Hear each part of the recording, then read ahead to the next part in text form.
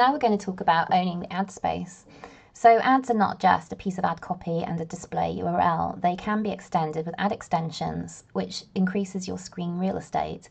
So the more screen space you take up, the less space there is for your competitors, and the more places you're creating for people to actually click on your ad and drive traffic to your website.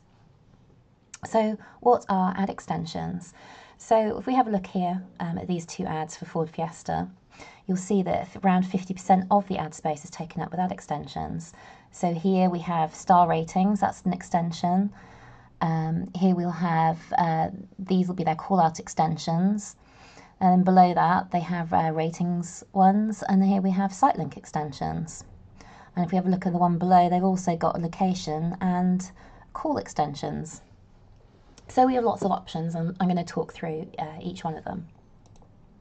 So star ratings, these are taken from third-party review sites, and they'll start showing on your ads once you've hit around just over 30 reviews. They do only show up for around 10% of ad impressions, which is why you're not seeing them all the time if you're running them and wondering why. The site link extensions. So here we go, these clickable ones here. There's two versions of this.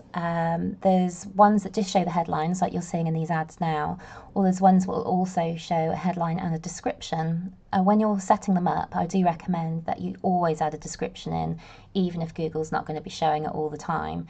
It just, when it does show it, it just takes up again another lot of screen space. And site extensions can also differ in how they appear. So here you'll see they're quite clear, sort of four on top of each other, well, two on top of each other without the four extensions. So they're sort of stacked, but here they're all beside each other. So these are exactly the same types of extensions, and it's just how Google chooses to show them. So call outs. So these can be your unique selling points and messages which are additional to the main copy. So don't kind of keep repeating it. So if you've won awards, if there's something sort of very unique to you, you've got here on this Fiesta, there's a 5-day price guarantee, these kinds of things. There are 36 Ford dealers in the UK. The new and used cars available as well. So these are all good things to add in. Again, you can add lots of them, and Google will select which ones it shows. So Google constantly tests different site links to see how they will perform. Then there's going to be call extensions. So here on this bottom ad, if this was a mobile ad that we were looking at, this would actually be a call button, which so mobile users could click it and just call the dealership direct.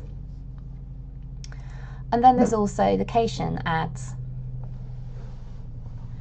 So here, this will be connected to your Google business account. So you can then pull that information through onto your ads as well. And how that works is it will be based on, so if you have, say, lots of dealerships, it will be based on the user's location to which location it actually then shows. So basically, in theory, it shows the one that's closer to wherever your user is at this point in time. Then we have structured snippets. So that's these. So these ratings here, for example, you've got quite a lot of flexibility in terms of what you put in structured snippets. So if you sold products, say it was a clothing ad, and you've got lots of different types. So you said a clothing brand, you could say that you have t-shirts, long sleeve tops, jumpers, etc., that kind of thing. There's a number of other extensions that you can also test, including reviews and prices, and also apps. So if you have an app, that's a good place to promote it. So the overall thing to remember with extensions is that you have limited control over which ones show, but you can segment your data in AdWords to see how each of these extensions performs, which is a good thing. So now we're going to talk about testing new products or services, and when I'm saying testing, I mean testing in terms of AdWords. So when you're introducing them to your AdWords account, you need to consider how well these fit within your current hierarchy.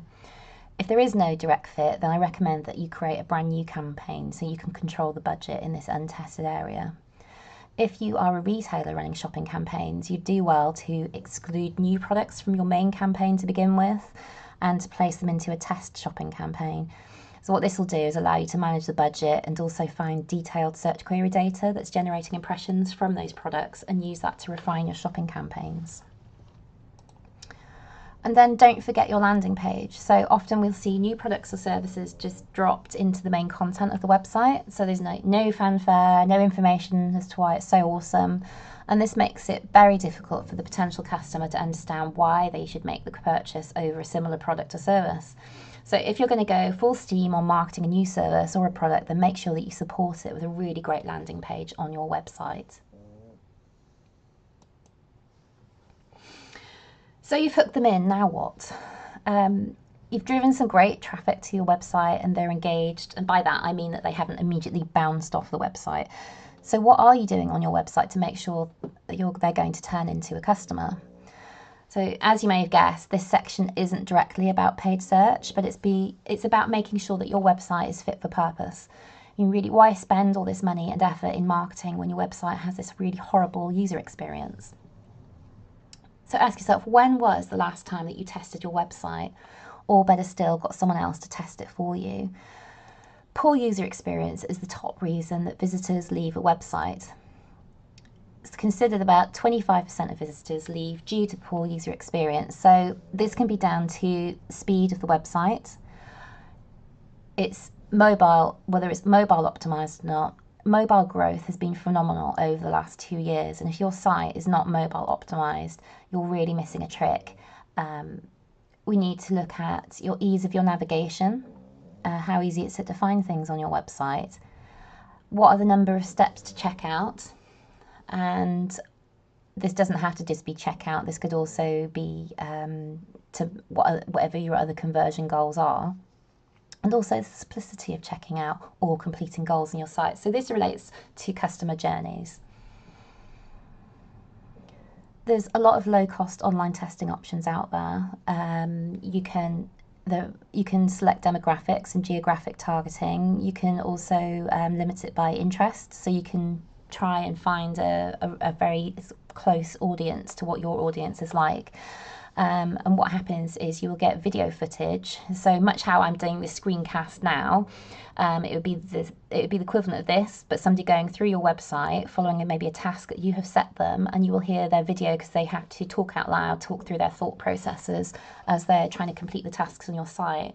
And I can't recommend it enough. It's such an eye-opener because you will have no idea really how people do use your website. So price, if you're not competitive on price, you need to offer something premium that your competitors aren't offering and communicate that value.